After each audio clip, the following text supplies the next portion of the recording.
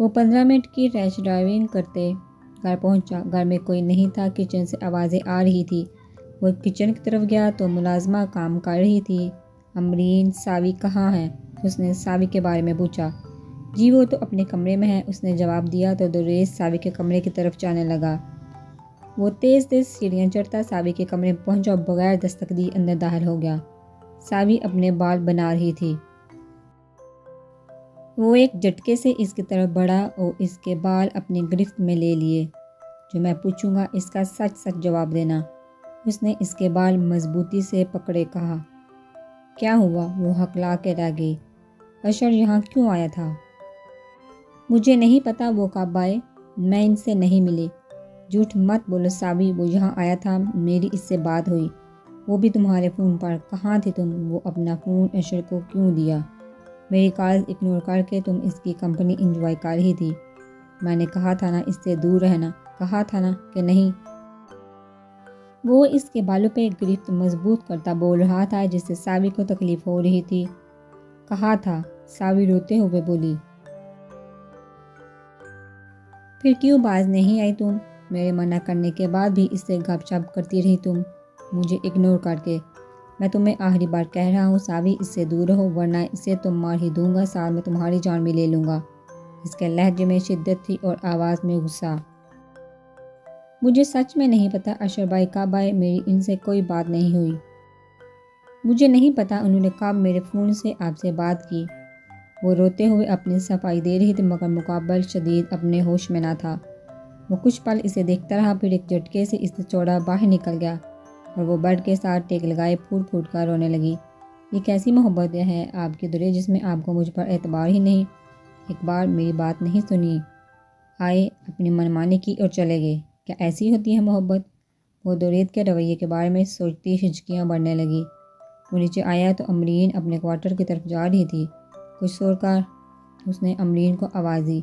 جی چھوٹے صاحب، وہ اس کے سامنے کھڑے ہوتے ہوئے بولی۔ گھر میں کوئی آیا تھا کچھ دیر پہلے؟ اس نے پوچھا۔ جی اشر صاحب آئے تھے، اس نے مؤدبانہ جواب۔ اچھا، یہی لاؤنج میں بیٹھا تھا؟ اس نے اگلا سوال پوچھا۔ نہیں صاحب، انہوں نے کہا کہ وہ ساوی بی بی سے مل لیں گے اور وہ ان کے کمرے میں ہی ان سے ملنے چلے گئی۔ اس کی بات پہ دوریت کو نئے سرے سے اشر پہ غصہ آیا۔ کتنی دیر بعد واپس گیا تھا وہ؟ جی وہ تو 10-15 منٹ بعد ہی واپس چلے گئے تھے۔ ان کے جانے کے بعد میں ساوی بی بی کے کمرے میں گئی تو وہ شاور لے رہی تھی، شاید اسی لیے واپس چلے گئے کہ ان سے بات نہیں ہو سکی، اس نے پھر جواب دیا۔ اس کی بات سن کر دوریت کو اپنی غلطی کا احساس ہوا جو کچھ دیر پہلے ساوی پہ غصہ کرنے کی شکل میں کر چکا تھا۔ مطلب یہ سب کچھ اشر نے اس سے بھڑکانے کے لیے کیا تاکہ میں غصے میں کچھ الٹا سیدھا کر دوں، اور ساوی میری چڑیا بہت ہرٹ کر دیا اسے اپنے غصے میں۔ اس نے بے بسی سے سوچا، میں تمہیں منا لوں گا میری چڑیا، بس اب مجھے چچا چچی ماں سے بات کرنی ہی پڑے گی۔ اس سے پہلے کہ دیر ہو جائے میں تمہیں ان سے مانگ لوں گا، ان کے پیر پکڑنے پڑے تو بھی پکڑ لوں گا، لیکن اگر وہ پھر بھی نہ مانے تو میں تمہیں سب سے چھین لوں گا، مگر تمہیں اپنی آنکھوں کے سامنے کسی اور کا ہونے نہیں دوں گا۔ دل میں ارادہ کرتے وہ واپس آفس چلا گیا، ساوی کو منانے کا کام بعد میں کرنے کے لیے۔ نادیہ بیگم افرا اور شایان کے ساتھ ہی واپس آ گئی تھی اور اس وقت تھکی ہوئی لاؤنج میں بیٹھی تھی۔ افرا کی ساری شاپنگ شایان نے خود اپنی پسند سے کی تھی۔ اس کے مہندی، بارات اور ولیمے کا ڈریس شایان نے اپنی پسند کا لیا تھا، ساتھ میں میچنگ جوتے جولی بھی شایان کی پسند کے تھے، جبکہ بڑی کے کپڑے نادیہ بیگم اور افرا نے خود ہی پسند کیے تھے۔ امرین، ساوی کدھر ہے؟ پانی پینے کے بعد نادیہ بیگم نے ساوی کے بارے میں پوچھا۔ جی وہ تو اپنے کمرے میں ہے، امرین نے سادگی سے جواب دیا۔ اچھا ٹھیک ہے، تم چائے بناؤ ہمارے لیے، بہت تھک گئے آج، نادیہ بیگم صوفے کی پشت سے ٹیک لگاتے ہوئے بولی۔ مما آج اپنی ہونے والی بہو کے ہاتھ کی چائے پئیں، دیکھیں بھلا کچھ بنانا آتا بھی ہے کہ نہیں۔ شایان نے افرا کی طرف دیکھتے ہوئے شرارت سے کہا۔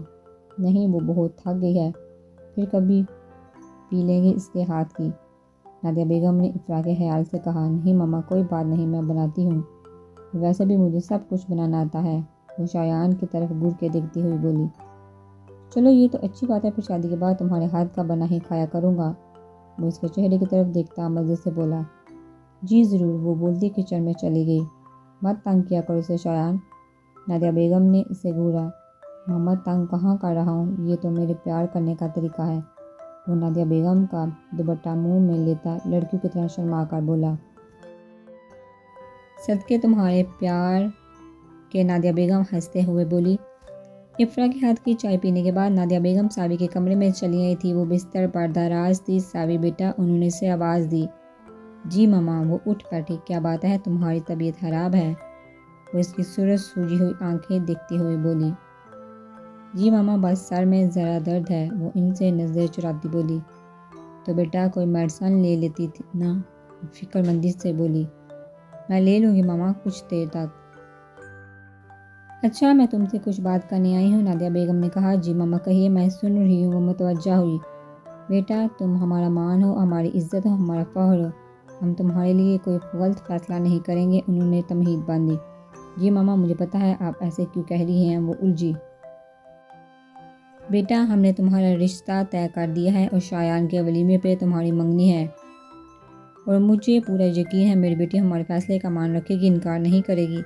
وہ اس کی طرف پیار سے دیکھتی ہوئی بولی، جبکہ اسے ایسا لگا جیسے اس کے سر پر دھماکہ ہوا ہو۔ فضا میں آکسیجن کی کمی سے محسوس ہوئی کہ اس کا سانس اس کے گلے میں ہی اٹک گیا۔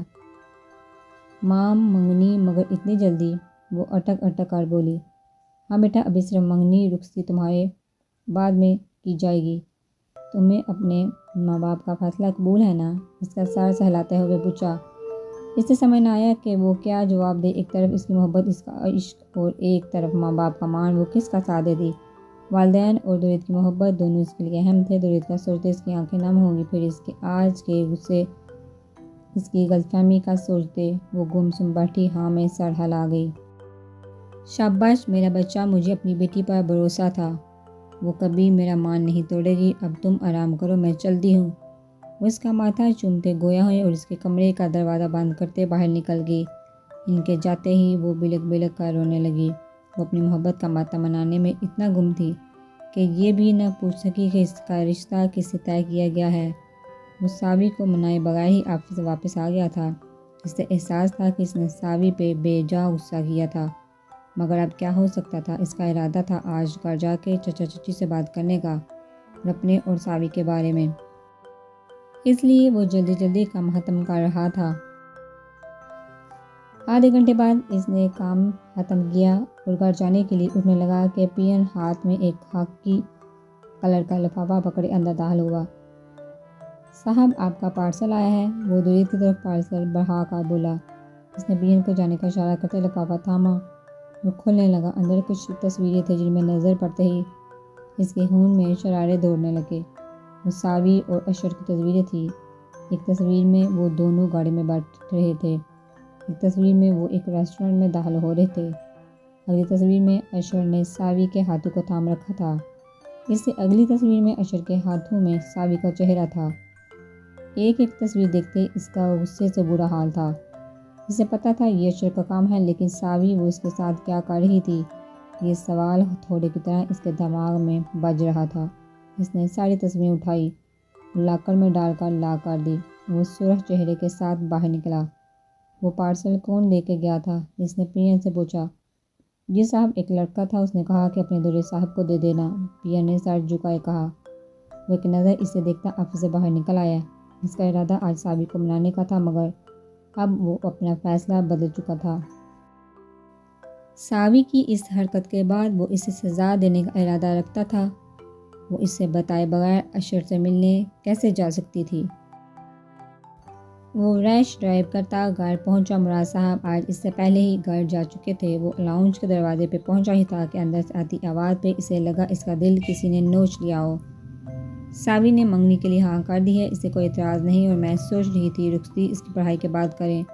اور درید نادیہ بیگم مراد صاحب سے آگے بھی کچھ کہہ رہی تھی، مگر اس میں ہمت نہیں تھی کچھ سننے کی۔ وہ ٹوٹے دل کے ساتھ واپس گھر میں بیٹھا اور زن سے گھر سے نکل گیا۔ وہ اس وقت جم میں موجود تھا اور اپنا سارا غصہ پنچنگ بیگ پہ اتار رہا تھا۔ اس وقت وہ بلیک ٹراؤزر اور بلیک سلیو لیس ٹی شرٹ میں ملبوس تھا۔ اس کا پورا جسم پسینے میں نہایا ہوا تھا، مگر وہ لگاتار پنچنگ بیگ پر پنچ مار رہا تھا۔ ارد گرد سے بے خبر وہ اپنے کام میں مصروف تھا۔ جب اس کا فون بج اٹھا، وہ بے نیاز بنا رہا، مگر فون بند نہ ہوا۔ وہ مسلسل بجتا گیا اور اس کے غصے کو مزید ہوا دے گیا۔ اس نے جا کر فون اٹھایا اور کان سے لگایا۔ کیا تکلیف ہو گئی ہے؟ تم میں جو سکون نہیں آ رہا؟ وہ ڈانٹتے ہوئے بولا۔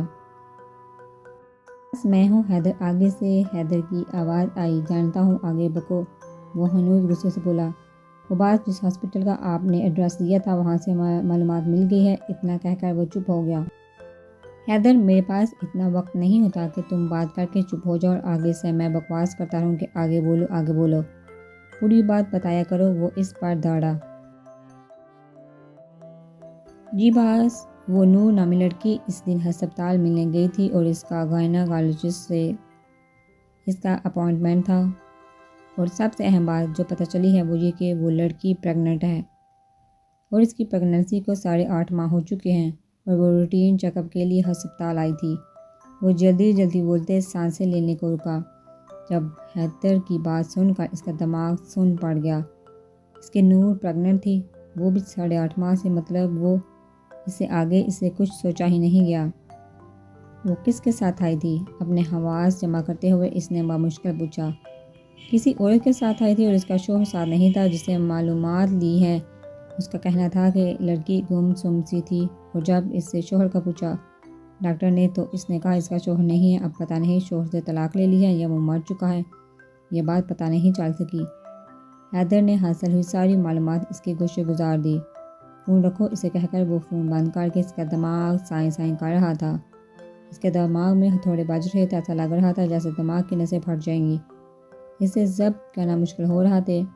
اس کی نور ماں بننے والی تھی، اور پتہ نہیں اس حال میں جہاں اسے اپنوں کی ضرورت تھی وہ جانے کہاں بھٹک رہی تھی۔ لیکن یہ سب ہوا بھی تو اسی کی وجہ سے تھا، نہ آج اس کی نور بھٹک رہی تھی تو وہ اس کا ذمہ دار تھا، اس کا گنہگار تھا۔ یہ سب سوچتے وہ آنکھیں بند کر گیا۔ وہ فون وہیں پھینکتا جم سے باہر نکلا اور ان کے کمرے کی طرف بڑھا۔ وہ ٹھا کی آواز سے دروازہ کھلا، اور اسے اس انداز میں آتے دیکھ کر چونکہ اس کی آنکھیں ضبط کی شدت سے سرخ ہو رہی تھی۔ جب وہ یہاں سے گئی تو کس حال میں تھی؟ اس نے ان سے پوچھا۔ مطلب میں کچھ سمجھی نہیں۔ وہ حیران ہوئی اس کے سوال پر۔ وہ جب یہاں سے گئی تھی تو کیا پریگننٹ تھی؟ اب کی بار وہ چیخا، اور اس کے منہ سے یہ بات سن کر وہ شاکڈ رہ گئی۔ یہ بات تو ان کے علاوہ کوئی نہیں جانتا تھا۔ میری بات سنو، انہوں نے بولنے کی کوشش کی۔ ہاں یا نہ، وہ ایک بار پھر چلایا۔ ہاں، وہ ماں بننے والی تھی جب اس گھر سے گئی تھی۔ وہ روتے ہوئے اعتراف کر رہی تھی، اور وہ ان کی بات سن کے ساکت رہ گیا۔ آپ جانتی تھی یہ سب، پھر بھی مجھے نہیں بتایا؟ 8 ماہ ہو گئے اسے گئے، پھر بھی ایک بار آپ نے مجھے نہیں بتایا۔ کیوں؟ کیا آپ نے ایسا کس بات کی سزا دے رہی ہیں؟ مجھے بتائیے، کیوں چھپائی مجھ سے اتنی بڑی بات؟ پتہ نہیں وہ کہاں رہ دی ہے، کس حال میں، کن لوگوں کے ساتھ۔ وہ لمبا جوان مرد فرش پہ بیٹھا داڑھی مار کے رو رہا تھا۔ اس کی برداشت سے باہر تھی یہ تکلیف۔ اتنی بڑی بات چھپائی گئی اس سے۔ وہ روتا نہ تو کیا کرتا؟ اگر اس کچھ ہوا نا تو میں اپنی جان بھی لے لوں گا۔ میں سچ کہہ رہا ہوں۔ مار دوں گا۔ میں خود کو دعا کریں وہ ٹھیک ہو، ورنہ اس کے ساتھ آپ مجھے بھی کھو دیں گی۔ وہ آنکھیں مسلتا باہر نکل گیا، جبکہ اس کی حالت دیکھ وہ اپنے آنسو پہ باندھ نہ سکی۔